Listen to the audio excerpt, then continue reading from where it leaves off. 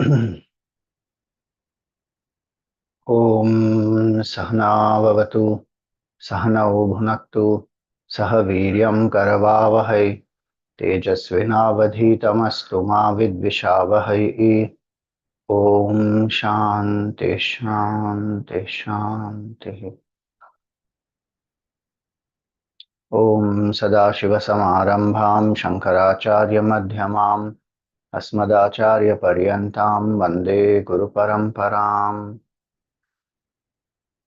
ॐ नमस्ते अस्तु भगवन् विश्वेश्वराय महादेवाय त्र्यम्बकाय त्रिपुरान्तकाय त्रिकाग्निकालाय कालाग्निरुद्राय नीलकण्ठाय मृत्युञ्जयाय सर्वेश्वराय सदाशिवाय श्रीमन्महादेवाय नमः। ॐ समस्तजनकल्याणे निरतं करुणामयं नमामि चिन्मयं देवं सद्गुरुं ब्रह्मविद्वरम्।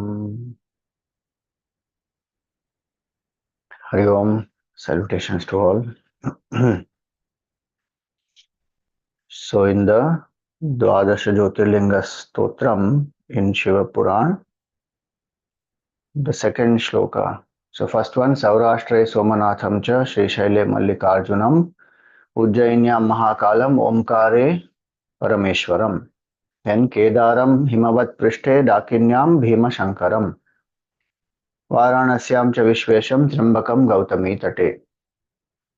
So here it is said the sixth Jyotirlinga in this order here is Dakinyam Bhimashankaram.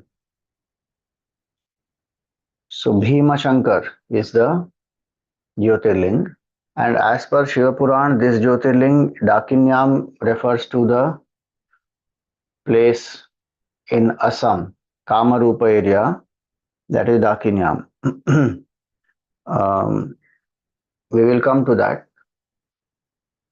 General belief by many is that Jyotirling Bhimashankar is in Maharashtra, and that is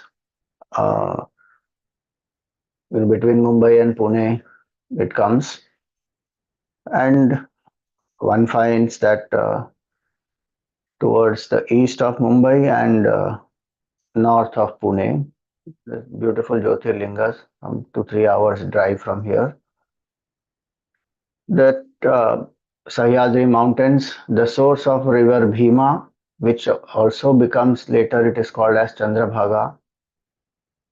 So the temple which is on the mountain, which is the source of Bhima river, and where this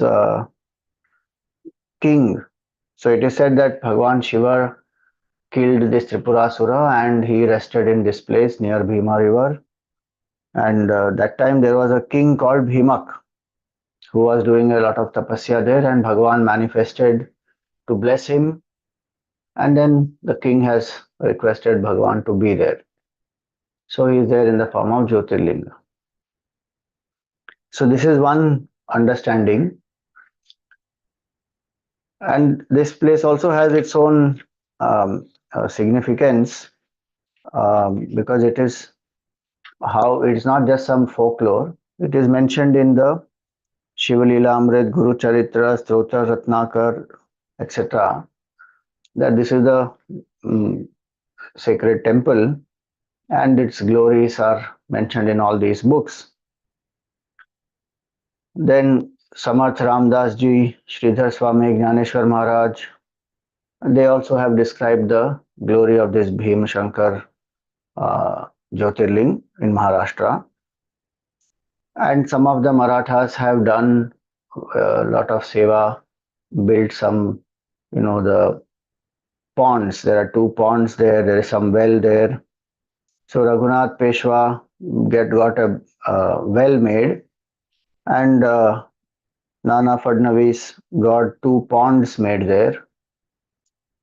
So that is the legend about this temple here in Maharashtra. Now in the Shiva Purana, this story, the place is a different place. So there the word comes is Dakinyam. So this Dakinyam is in Kamarupa in Assam. Uh, Near Guwahati, this place comes on the Brahmarupa mountain. So Kamarupa, Janapad, near Guwahati, and Brahmarup mountain on that. So the shloka is Yam Dakini Shakini Ka Samaje Nishevyamanan Pishita Shanaischa Sadaiva Bhimadipad Prasiddham Tam Shankaram Bhakta Hitam Namami. So Dakini, Shakini, they are also in some sacred powers uh, used in black magic also. And here it is also the name of some forests. So in the Dakini Shakini forest in Kamarupa area, the one who is being worshipped by various pretatmas, pishachas, pishachita shanescha. So, and who is ever engaged in the welfare of all, Sadaiva Bhimadipada Prasiddham. Name of the Lord is Bhimashankar. So Tam Shankaram Bhakta Hitam, who is engaged in the welfare of devotees, I prostrate. So the Puranic references of this place, Shiva Puranic references of this place, and there's a story also associated with that, which Sutji is narrating to Shaunak Rishi and other rishis who have gathered there in Naimisharanya. And so there is the story comes that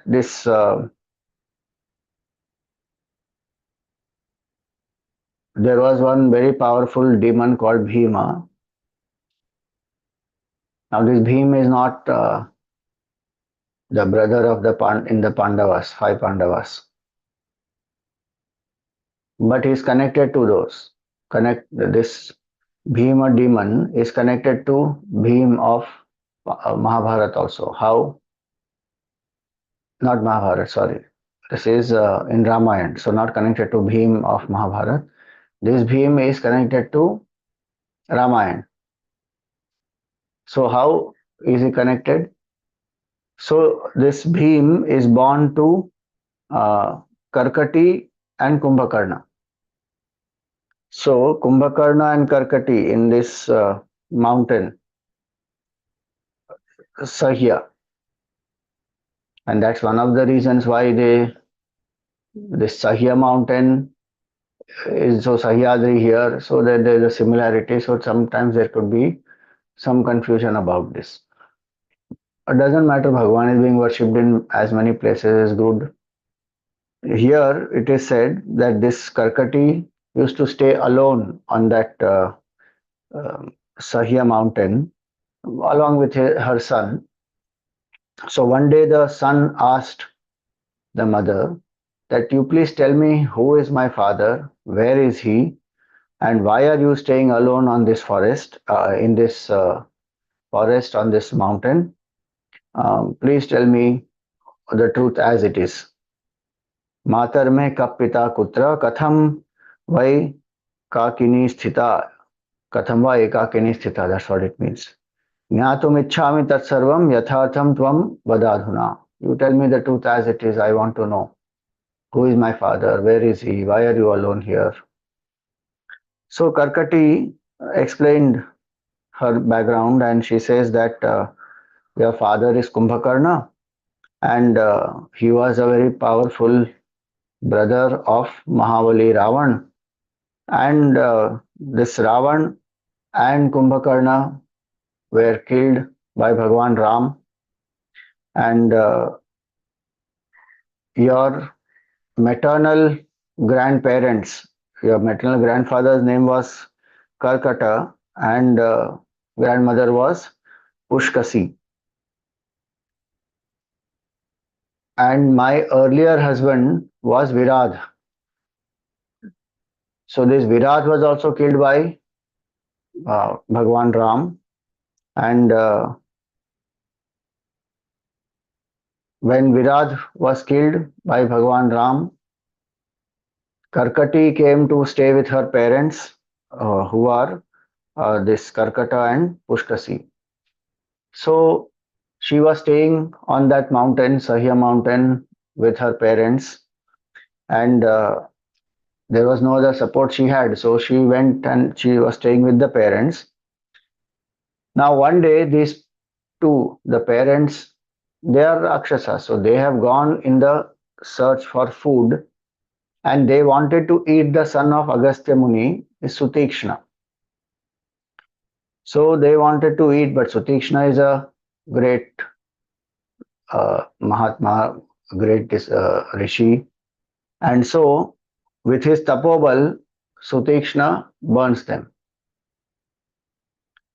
And so they are dead, parents are dead, husband is dead. Now she is living alone on that mountain. There was nobody else in her family left. And so, uh, once it so happened that Kumbhakarna comes there, and they both, as though, fall in love with each other, and then they spend some time together.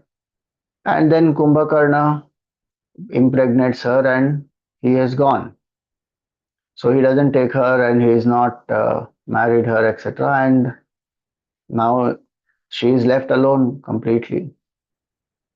And in time, he is born. Karkata is born. So she says that you are the only support I have now, and so I am alone here. Now Karkata, when he hears this, he becomes very angry, and he decides that this Vishnu is a cause for all this, because he killed Virad, my mother's earlier husband, and he killed Ram and Kumbhakarna also. I mean Ravan and Kumbhakarna also.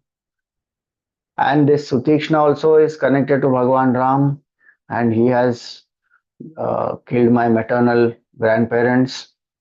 And so he is very upset, and he says, I want to destroy Bhagwan Vishnu. So he does some tapasya, and he wants to give a lot of trouble to Bhagwan Vishnu. So he goes to Brahmaji, he does tapasya, pleases Brahmaji, and Brahmaji gives him, he asks the boon of being invincible. Nobody should be able to defeat me.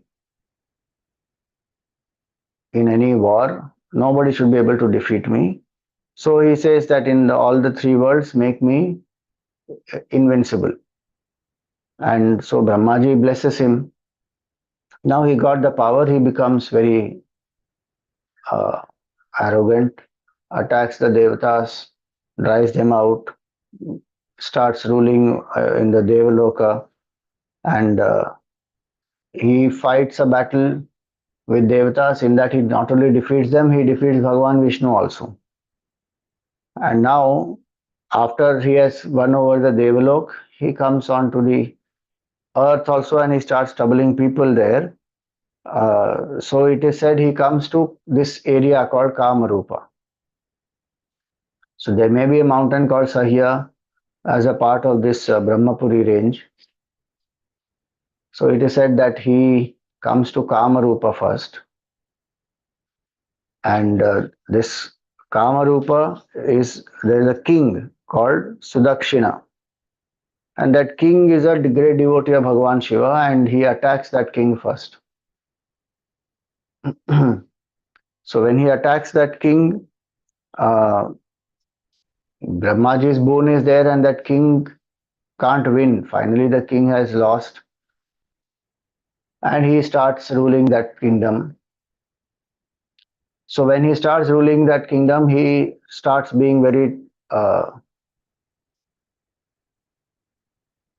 adharmic. He does not allow people to worship Bhagavan Shiva. He has become very rude and arrogant, and he has his ego that people should only worship me. He starts destroying temples, doesn't allow them to do their religious practices, and there is atrocities on the devotees. The king has been put into the jail. Now, all of them are in trouble. Devatas are in trouble. People on the earth are in trouble. So Devatas, they go um, to Bhagwan Shiva and they seek his guidance. Vishnu Bhagwan already lost. Brahmaji has given the boon.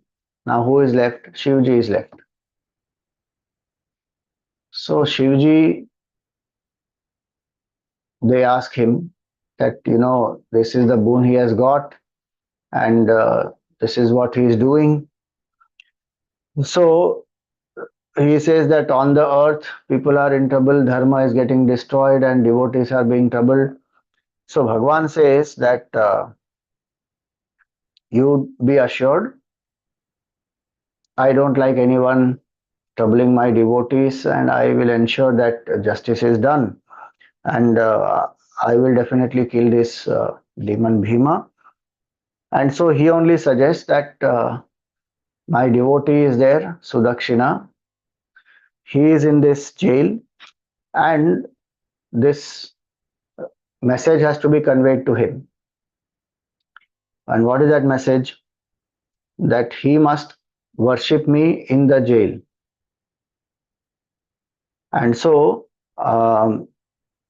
you go and convey this message to him that every day he needs to worship me in the jail where he has been captured and kept. And slowly I will work out a way and Bhima will be destroyed. So now Devatas are very happy and they go and explain this plan to Bhima, to Sudakshina, and the Sudakshina creates. So every day he will create some Parthivalinga with some mud, etc., and then he will start worshipping Bhagwan. Now the news reaches this Bhim.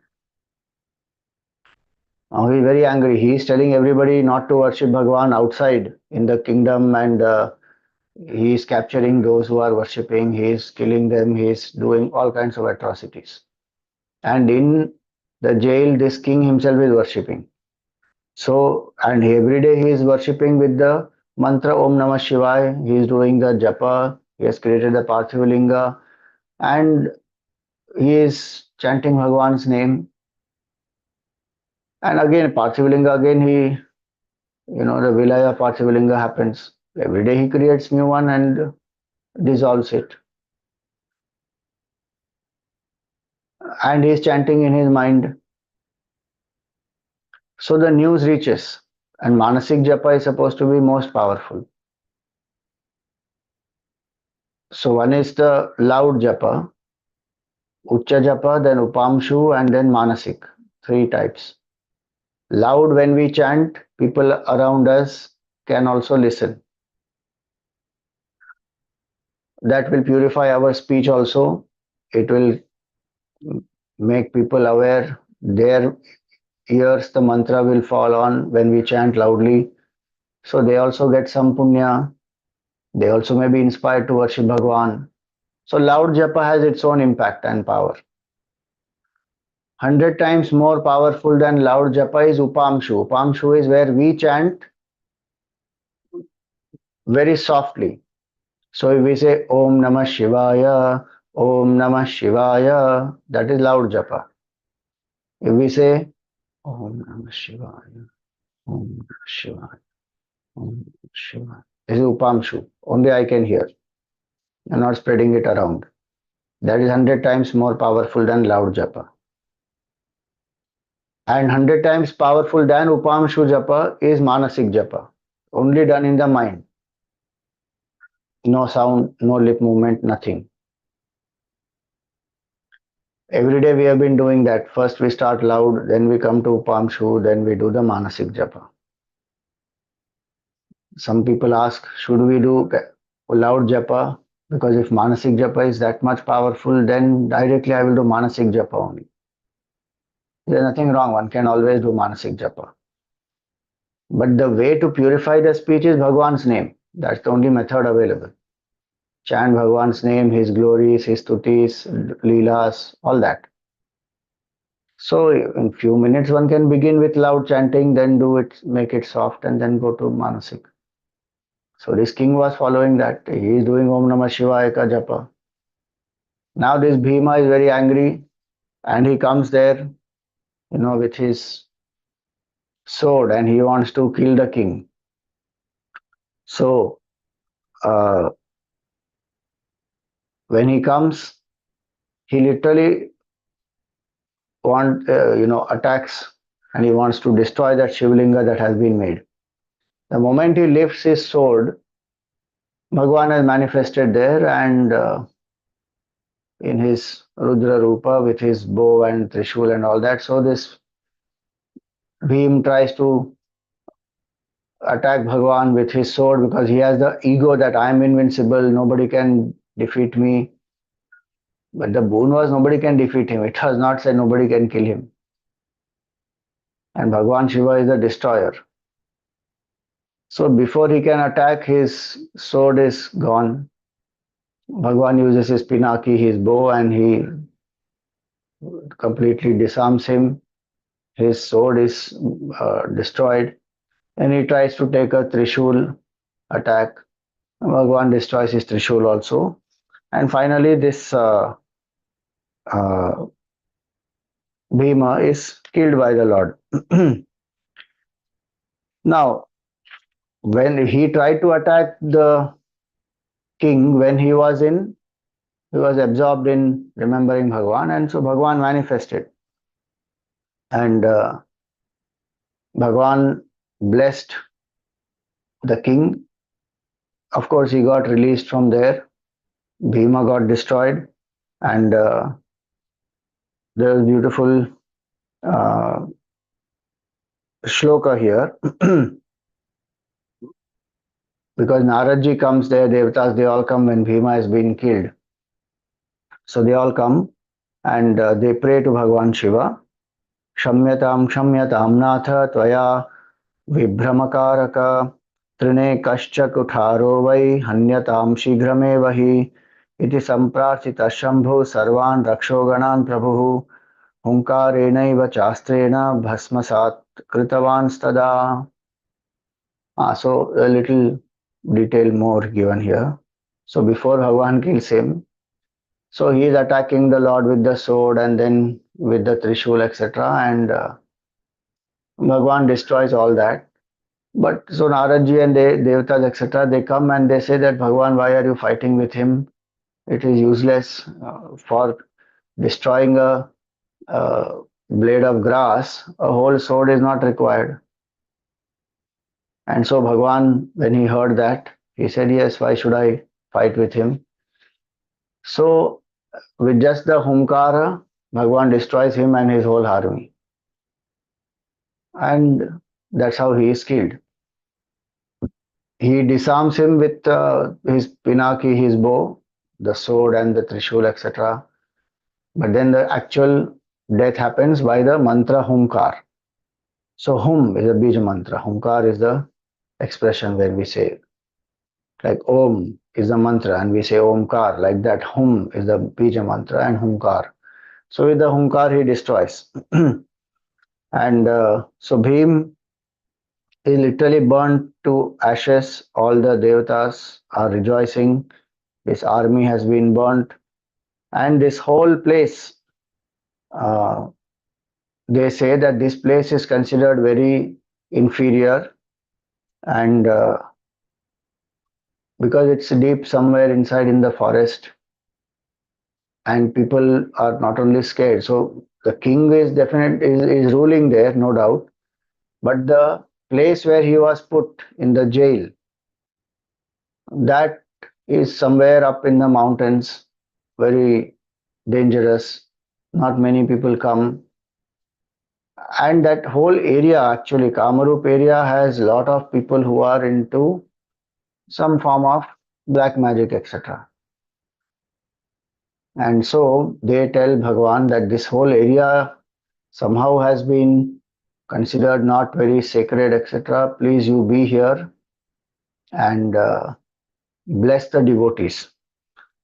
And hence, when Bhagwan was told that, he accepts. Ayam vai kutsito desha Ayodhya loka dukkhadaha bhavantam cha tada drishtva kalyanam sambhavishyati.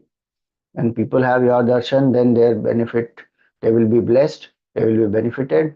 So you please remain here. Bhima Shankara Namatvam Bhavita Sarva Sadhakaha Etal Lingam Sada Pujyam Sarva Papad Sarva Pad Vinivarakam.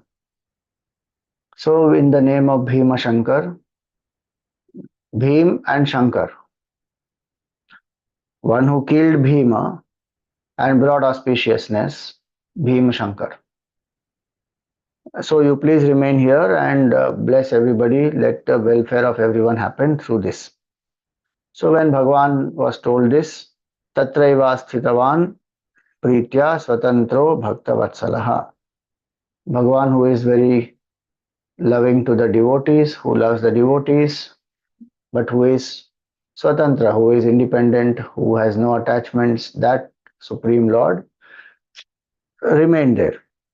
So now this is as per the Shiva Purana. What is the learning out of this? Some common learnings in many of the stories where the asuras get power and then they misuse the power to trouble people. So one is when there is great power, then with that one should use the power for the well-being, not to boost one's ego, not for self-glorification, but in service of the people, in service of Bhagwan. And Bhagwan is the one who does not like the devotees to be troubled, and Bhagwan is the one who is pleased when the devotees are served. So when we serve Bhagwan, his devotees, then Bhagwan is pleased. And when we trouble the devotees, Bhagwan is upset. That is another one. Third one is no matter how powerful one may be, Bhagwan is the most powerful one. And how much ever one may think that, I got a boon of immortality, the true immortality comes only through knowledge. Through any method of keeping the body alive, one doesn't get immortality. Any boon one can ask, however creative that boon is, physical immortality is not possible, and it is good that that is not possible. Because finally it is the body which is a shackle actually on the true nature of ours. Forget Atmagnan. Even the people who have had near death experiences, who have been declared dead, but who have come back into the body.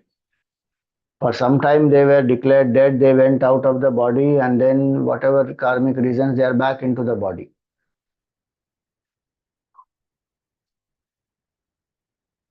So when they are back, what do they say? Many of them don't even have any spiritual background, any religious exposure. Some of them are non-believers also.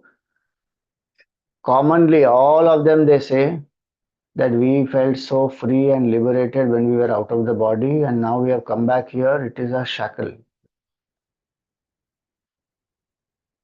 This word NDE is coined by Dr. Raymond Moody. He has written many books, Life After Life and all that. And they interviewed more than 2,000 people who have had near-death experiences. And he made a movie also called Life After Life, a short one. Gurudev used to tell people to see that movie and understand that there is life after this body drops, and what happens, and what uh, is written by Dr. Raymond Moody after meeting people across the world, belonging to different backgrounds, different cultures, believers, non-believers, all of them across the age and gender, and so many things he has cut across, and he met lots of people. And what they speak about is similar things what we see in our Puranas. How the jiva drops out of the body, how the jiva is there around the body, how the jiva can experience what the members and people around are going through because they are in astral state. Then at some point the jiva goes ahead from this sphere, passes through a tunnel. There's a light at the end of the tunnel. They feel the whole life of theirs is going in front of them before they exit this plane. They learn the lessons and then they feel they are in the presence of a great light, all that. Some things, of course, are it won't be exactly matching our Purana, but descriptions are quite similar in some aspects. So, even such people who have gone out of the body, who are not realized, who are not gone completely beyond body consciousness, just that they have ejected out of the body. Even they feel that this body is a shackle. And here one doesn't know that one thinks I am the body and whole identity comes from the body, and that is our ego. So one wants to preserve the body, pamper the body, give pleasure to the body, enjoy, and think that is the be and end all of life. Bhima means huge, and Bhima here is the symbol of the ego. Identified with the body, getting some specific powers, one feels I am invincible and big, huge ego. And one thinks that I only should be worshipped. Ego is like that. See, when we say worship, we may think that that Rakshasas like Hiranyaksha and this Bhima, they all may think that there is no God, I am the only God, and I should only be worshipped. No, I don't have any such feeling that I am God. I don't need to be worshipped and all. I don't have that type of an ego. But it's not about God only, it's about self glorification. Ego thrives on praise, ego thrives on only self glorification, and ego, that's why we feel hurt when somebody gives us a frank critical opinion. How can they say like this? And the higher positions one goes to, even small things, if somebody disagrees a little bit, then one takes offense. If somebody gives some feedback saying that this could be done differently or this may not work, starts taking offense. Because sometimes ego is very high. So the idea is what? Bhima is that ego, and in that ego, when ego comes, God is out, goodness is out. Acronym of ego is that edging goodness out, edging God out. First goodness goes, then God goes. One can even say first God goes in the sense that one has forgotten Bhagwan, and then so goodness will also go. One becomes highly selfish, very insensitive to others. Only bother about I, me, and mine, my enjoyment, my comfort, my pleasure. I don't care about anyone else. So, to varying degrees, the ego will play. That is Bhima. The only altar at which ego surrenders is love. And so, bhaktas, when they have love for Bhagwan, that the best altar to surrender is devotion is Bhagwan. Bhakti is the way to completely destroy the ego. And so, one has to invoke Bhagwan. This king, he was put in the jail. Again, he did not lose faith in Bhagwan. He didn't say that I am devotee of Shiva and I lost in the battle and then I am now in the jail. What is the use of all my devotion? That's another learning. In adversity, the devotee's faith will strengthen. It will flourish. It will not get destroyed. It will become deeper. Prahladji did not complain that I am taking Bhagwan's name and my own father is trying to kill me. Yeah. So like that, the devotee Shraddha will keep increasing more and more. And one does one's duty, Bhagwan will take care of the rest. So various learnings from this. Now these are two different places, one in Maharashtra, one in Assam, and now Bhimashankar. There is a third opinion that Bhimashankar is in Uttarakhand, Nainital district, Ujjanak. There is a place called Ujjanak where there is a big Shiva temple, and some people say that Jyotirling, that Shivlinga there is the Jyotirling, Bhimashankar Jyotirlinga. Now the background of this has not been mentioned, but these are three places. As per Shiva Purana, the belief is it is in Assam, this Brahmarup mountain. So in the story, I said this Sahya mountain may be there, but Sahya mountain need not be there. Brahmarup mountain is there actually. Sahya is mountain is where this Bhima Asura was staying with Karkati, sorry. Uh, then he gets the powers, etc., and then he controls the Devaloka. Then he fights this king Sudakshina in Kamarupa. There, the uh, king is get destroyed, gets defeated, etc. So that's a different place. That is the Brahmapuri mountain range where Bhagwan is. So maybe he put the king in some place in Brahmapuri mountain, imprisoned him there, etc. So now this is the story, and we will meditate on the form of Bhagwan Shiva and chant the mantra Om Namah Shivaya.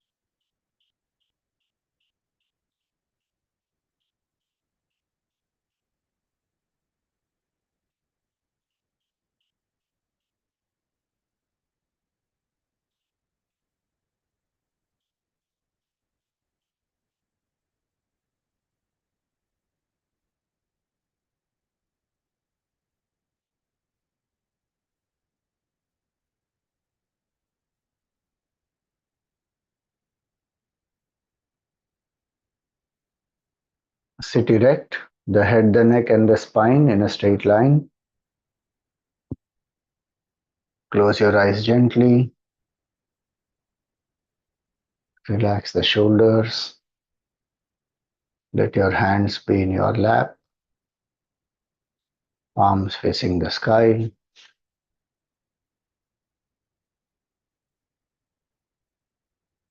Come to a comfortable posture without any strain in any part of the body.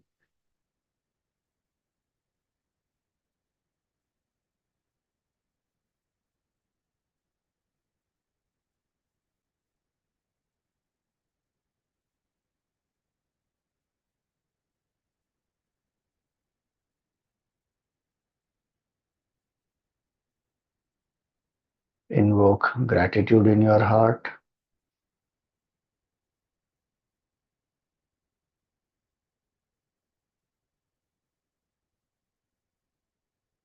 Thank Bhagwan for all the blessings as well as the challenges that we have.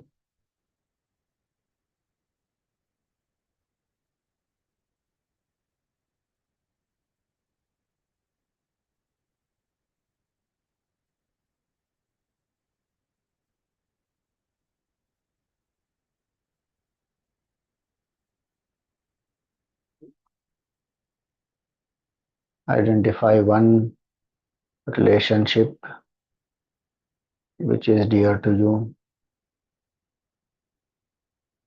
Thank Bhagwan for that relationship,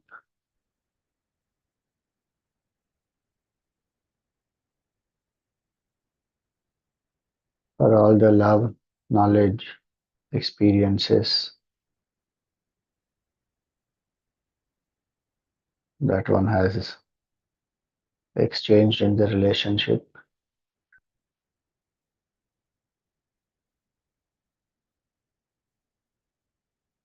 Thank Bhagwan for it.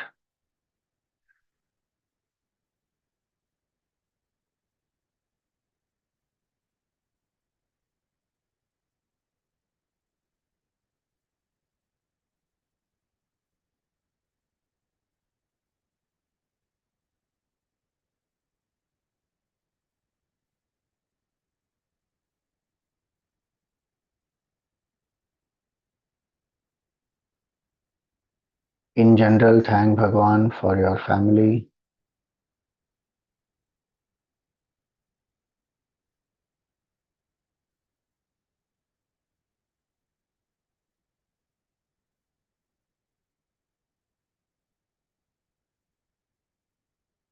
all the different experiences.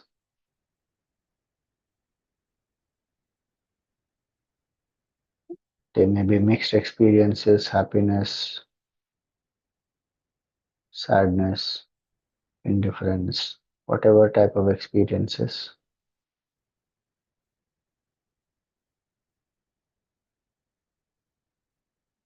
Thank Bhagwan for the family.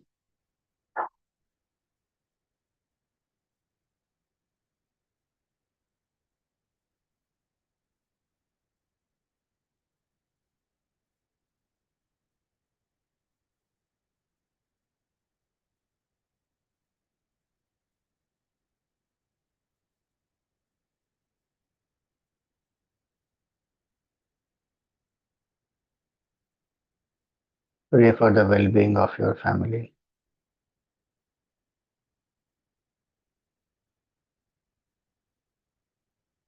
There may be raga and dvesh in our heart for different members in the family. Offer it all at the feet of Bhagwan and pray that may everyone be happy. Pray for their well being.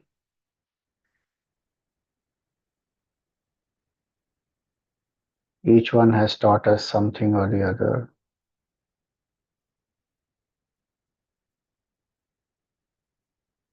So we humbly thank Bhagwan for each one and pray for their well being.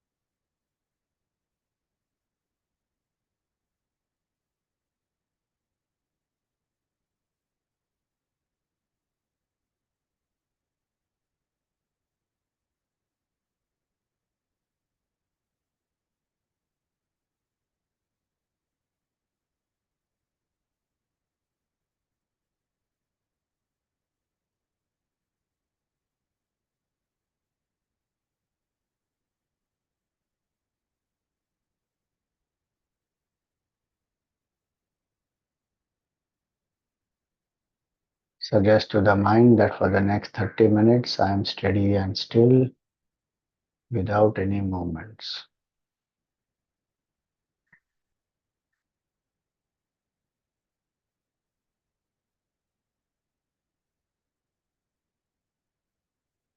I am alert, awake, and quiet.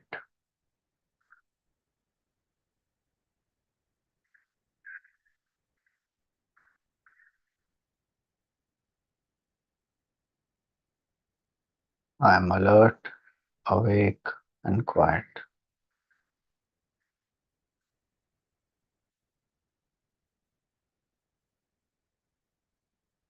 For the next 30 minutes, I am only a seeker, a devotee, and my goal is self realization.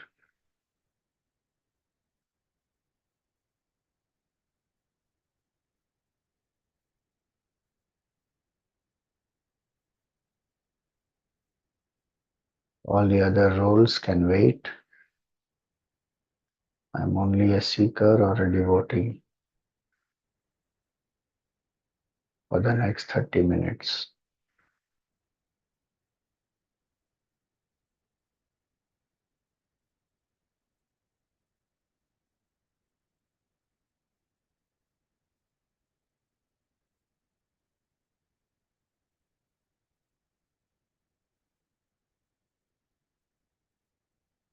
Relax the body with slow, steady, and deep breathing. Keep in mind that the inhalation can be slow, steady, and deep without any jerks.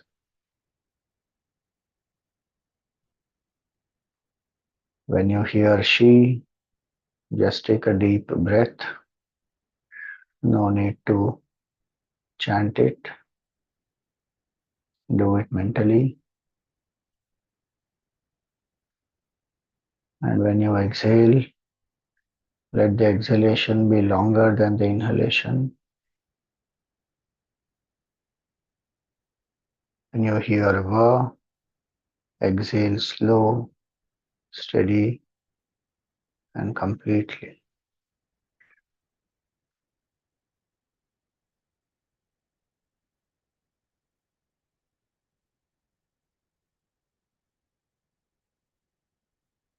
Exhale all the air. She.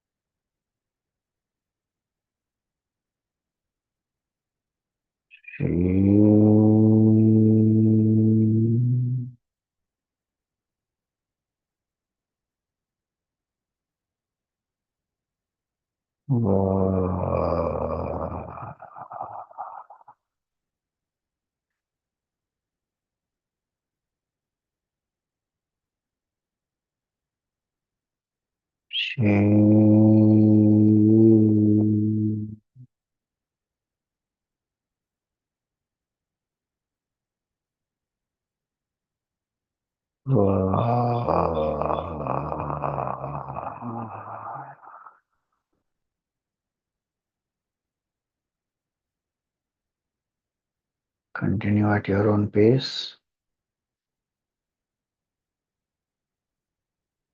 Be aware of each and every breath.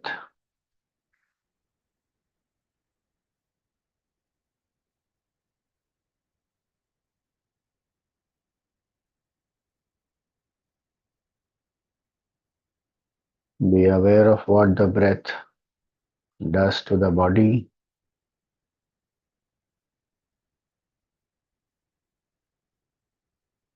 How it relaxes the body, makes the mind quiet.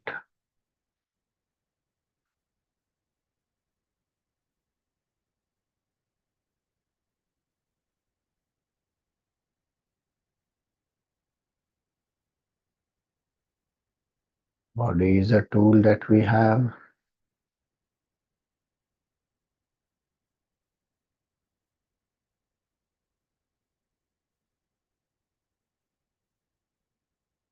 It's an equipment given to us to exhaust karma.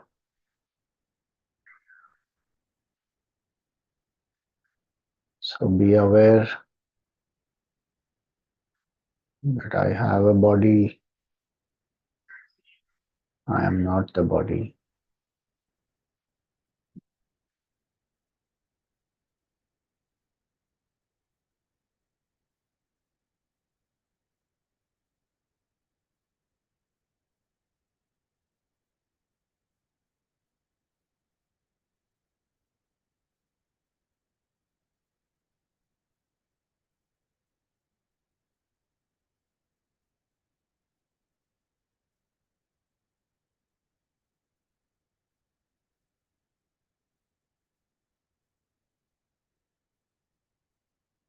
With each breath as you take,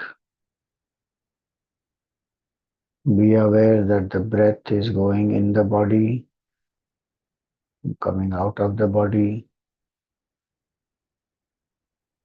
You are the witness of the body, the breath, the mind.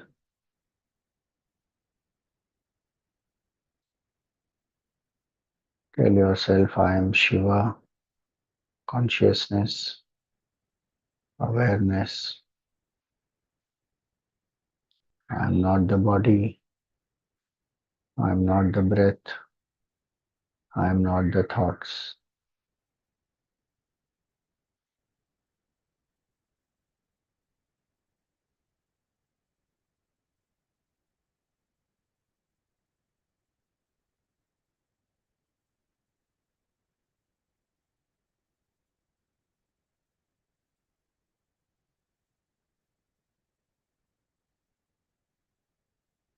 Every breath is telling us, I am Shiva, I am not this body which is Shiva.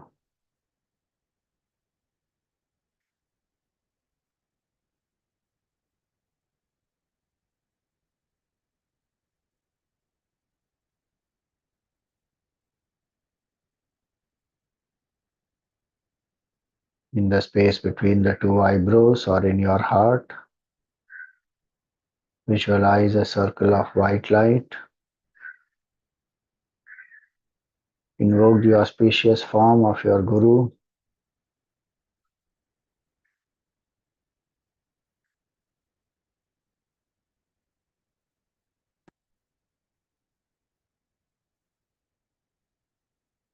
Invoke the form of Bhagwan if you don't have a Guru. Feel that you are in front of Bhagwan.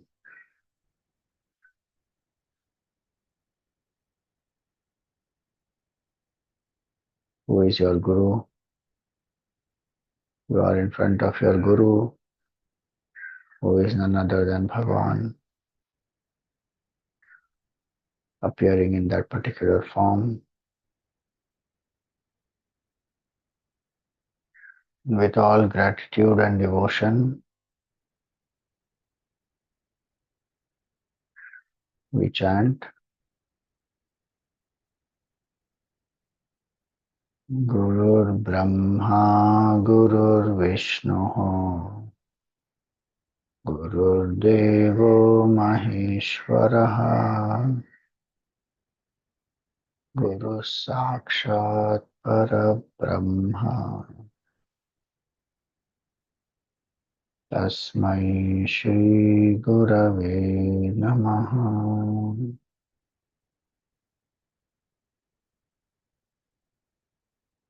Tvameva Mata च पिता त्वमेव त्वमेव बन्धुश्च सखा त्वमेव त्वमेव विद्या द्रविणं त्वमेव त्वमेव सर्वं मम देव देव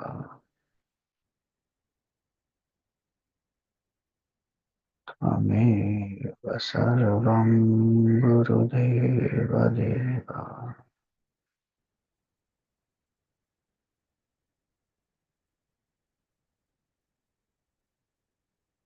Offer some flowers at the feet of the Guru. Perform a pradakshina. Come to prostrate in front of the Guru.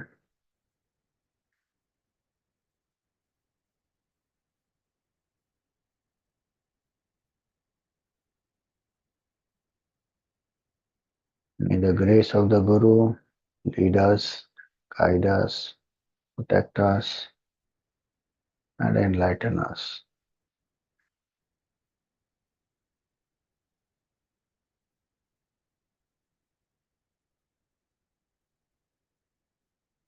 Repose repose the form of the Guru back into your heart. Invoke the auspicious form of Bhagwan Shiva.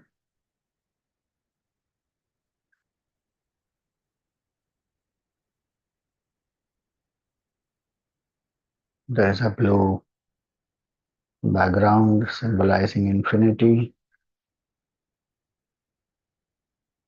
Bhagwan has long black matted hair, the jata, from where Gangaji flows. Jata is tied up with Rudrakshamala.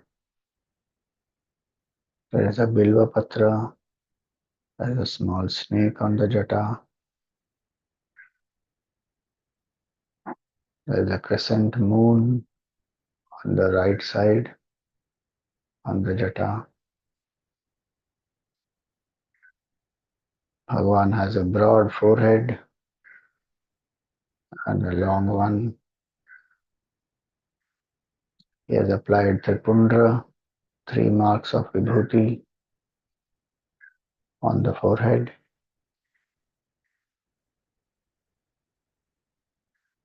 There is a third eye which is closed. Two other eyes are half open.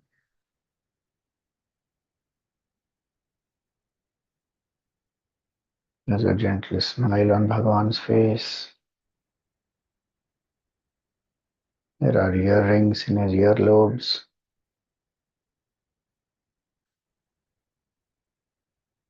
He has blue color in his neck.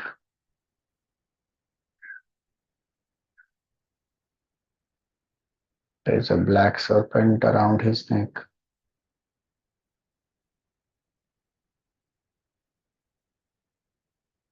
Bhagwan wears a tiger skin across his chest, from the shoulder to the waist and the hips. There are Rudraksha malas on his chest.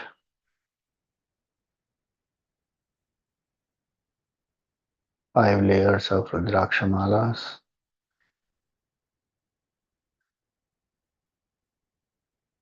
There's an elephant skin around his waist, tied up with a red cloth.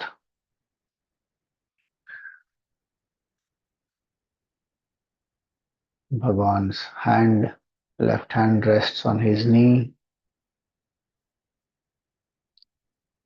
and the right hand is showering his blessings and grace on us.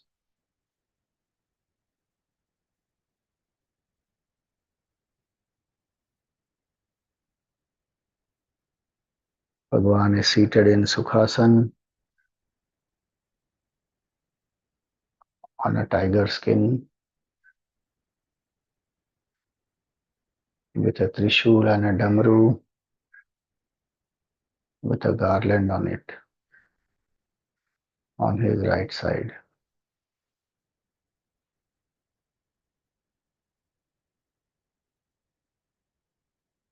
This is the auspicious form of Bhagwan Shiva.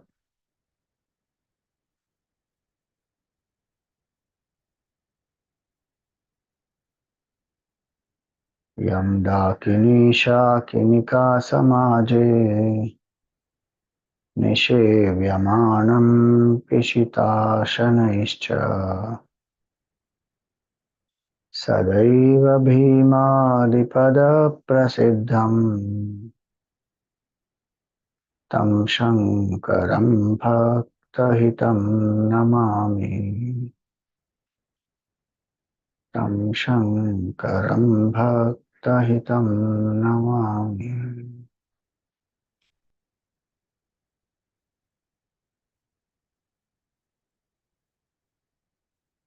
You are in front of Bhagwan,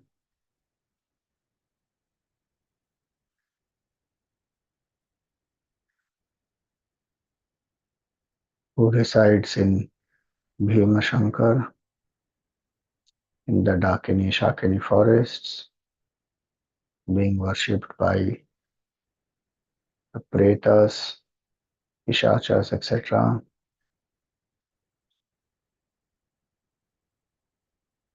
always wishing the well for the devotees and ensuring their welfare.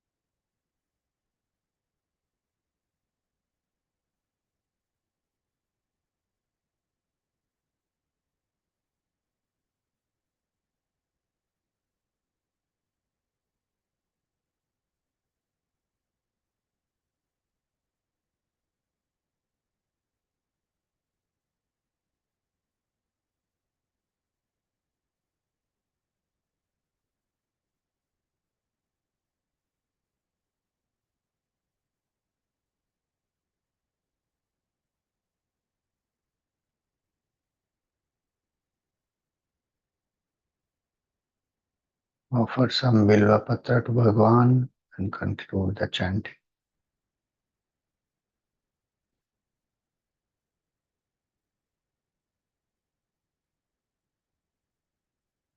We pray to Bhagwan that may he give us the faith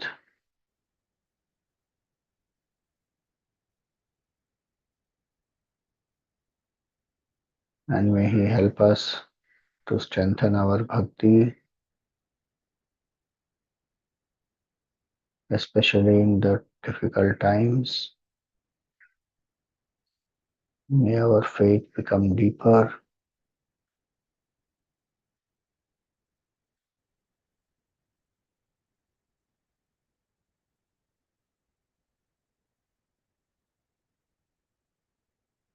Like the king Sudakshina, may our Shraddha become more and more deeper. May we worship Bhagwan at all times, in good times and bad times.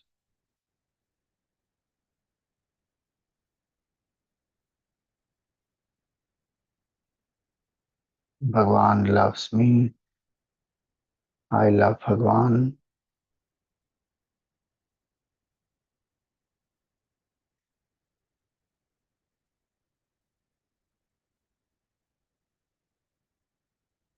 This is the feeling that we have to strengthen. It is a fact, not mere imagination.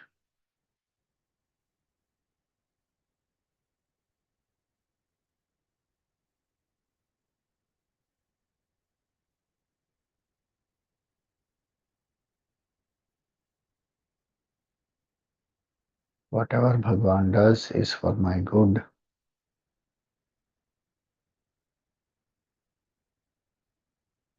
May I walk the path of surrender and do my duties as an instrument of the divine.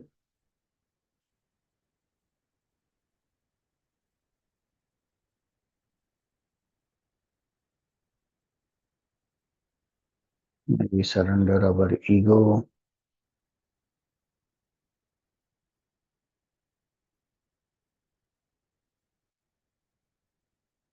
May the ego never become Bhima, huge.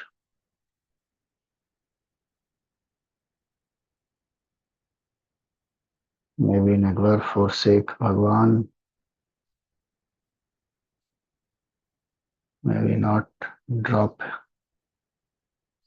our sadhana.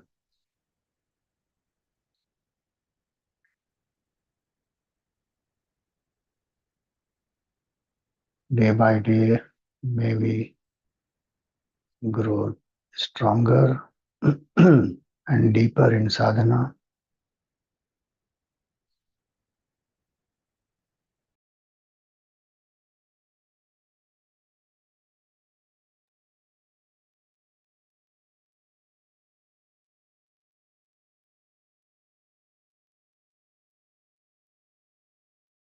May we understand that Bhagwan gives us everything as per karma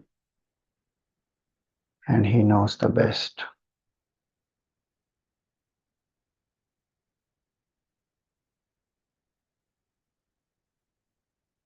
So let there not be any regret in the mind.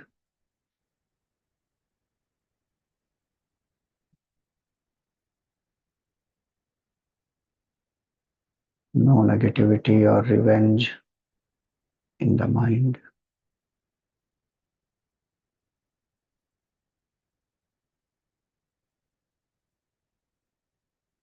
May we have Shraddha in the cosmic divine justice.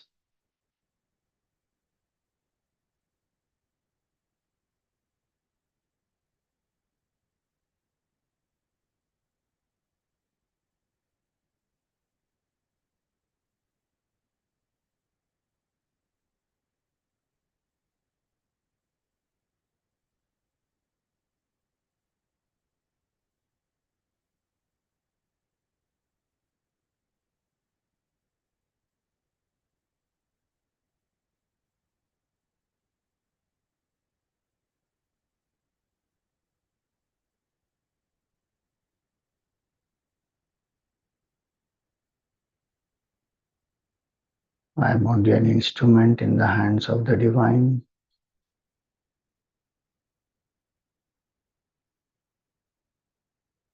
In and through all the actions, I serve the Lord.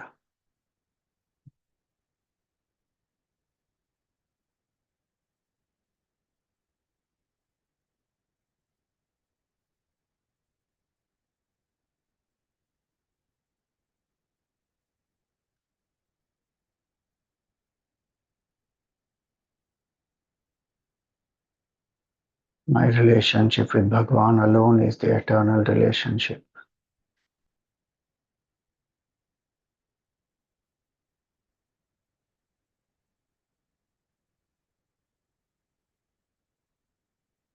Every other relationship is temporary. I thank Bhagwan for it, but I know that it will come and go.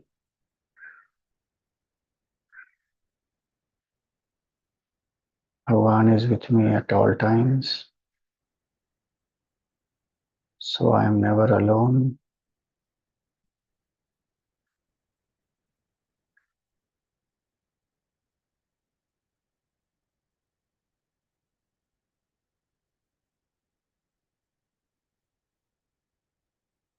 Bhagwan loves me as I am.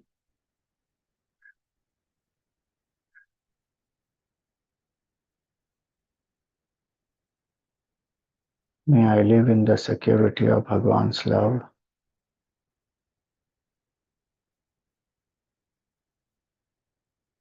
in the faith in his cosmic divine justice, and in surrender at his lotus feet.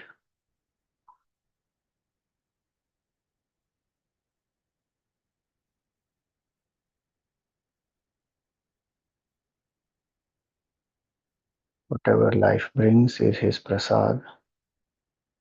I accept with gratitude.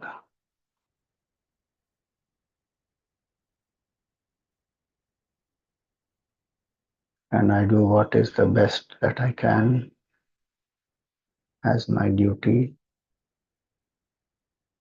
as my worship of Bhagwan.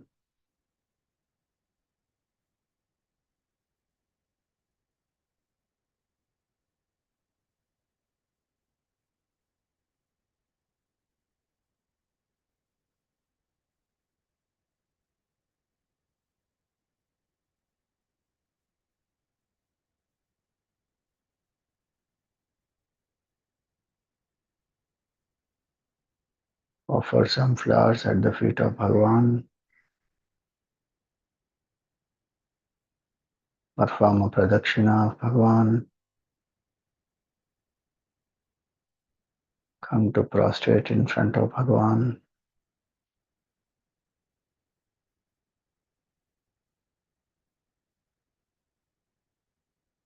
Feel the hand of Bhagwan on your head, the right hand.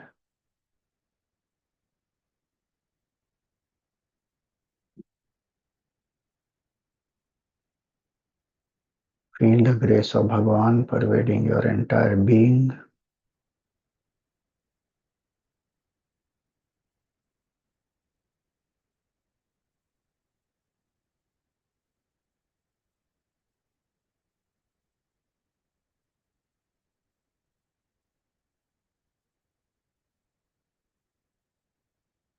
Thank Bhagwan for everything.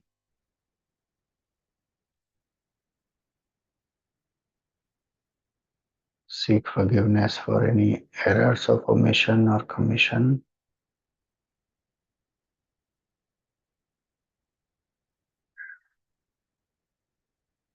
करचरणकृतं वा कायजं कर्मजं वा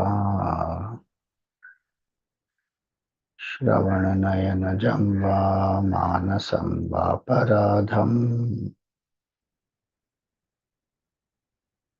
विहितमविहितं वा सर्वमेतत् क्षमस्व।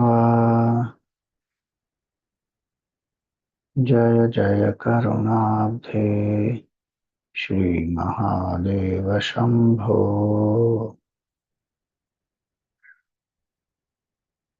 जय जय करुणाब्धे Shri Mahadev Shambho.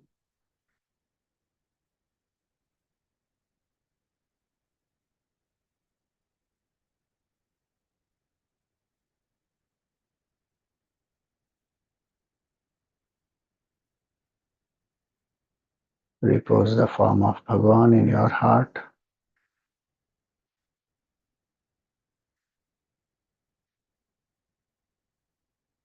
Be aware of your breath.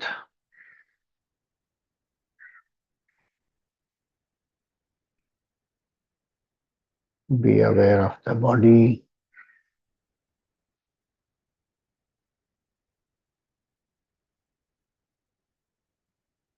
Be aware of the happenings around you.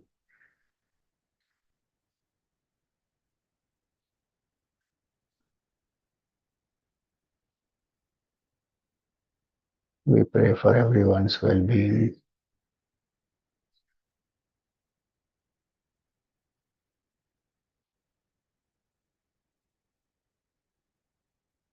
Om सर्वे भवन्तु सुखिनः सर्वे सन्तु निरामयाः सर्वे भद्राणि पश्यन्तु मा कश्चित् दुःखभाग् भवेत्। ॐ असतो मा सद्गमय तमसो मा ज्योतिर्गमय मृत्योर्मा अमृतं गमय।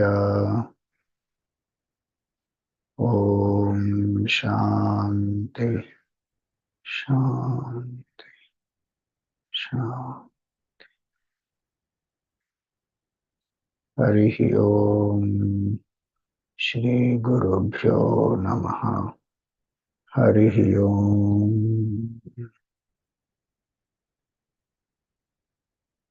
Rub your palms, place them on the face, and gently open the eyes.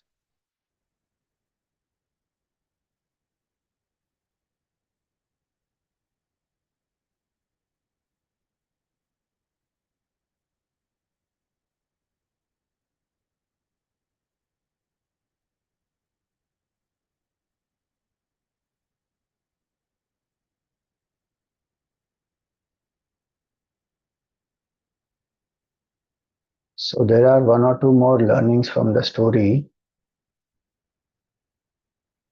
Bhima took up attitude of enmity against Bhagwan Vishnu because he blamed Bhagwan for killing his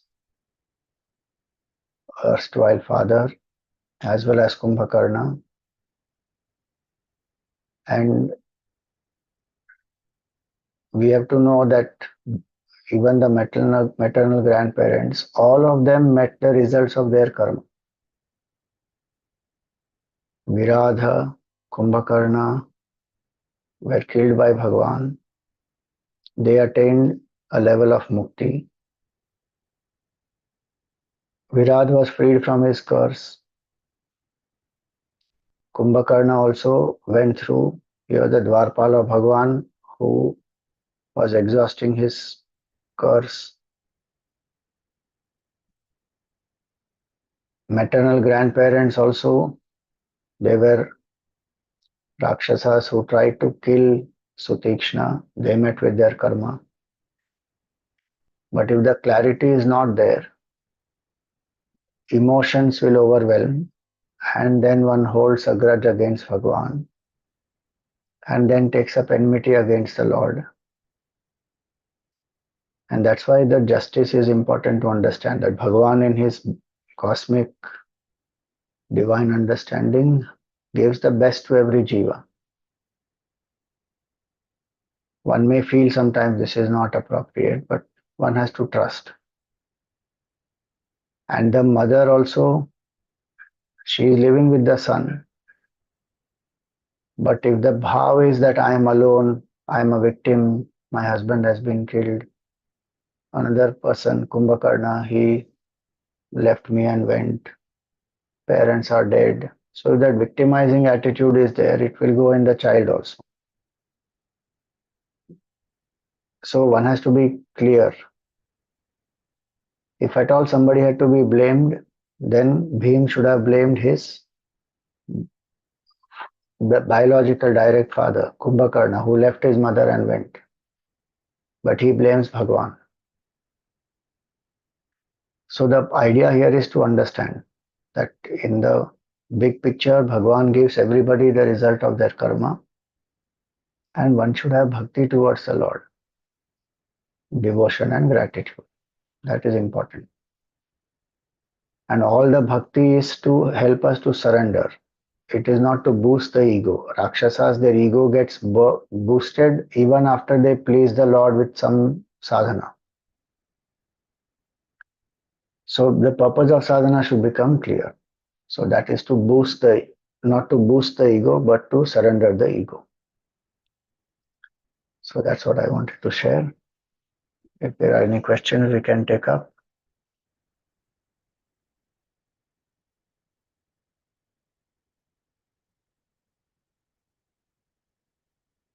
The query is regarding the legend of Kedarnath. In Budha Kedar, did Bhagwan appear as an old man when Pandavas went for a lookout?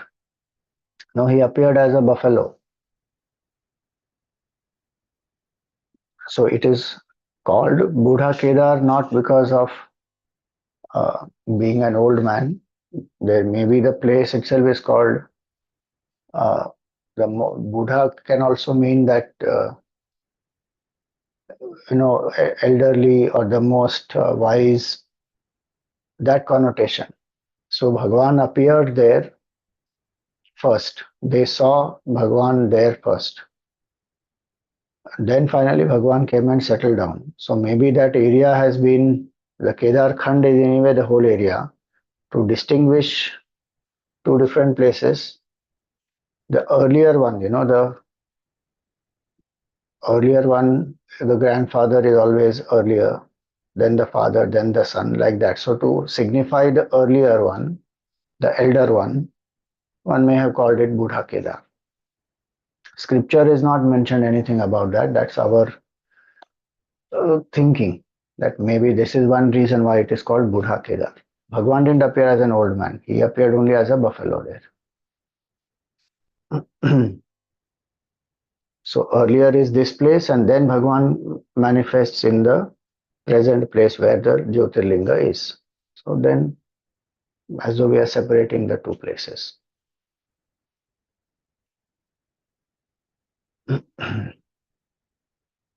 Okay. Om Purnamada Purnamidam Purnat Purnamudachyate Purnasya Purnamadaya Purnameva Vashishyate. Om Shanti Shanti Shanti. Harihi Om Shri Gurubhyo Namaha. Harihi Om.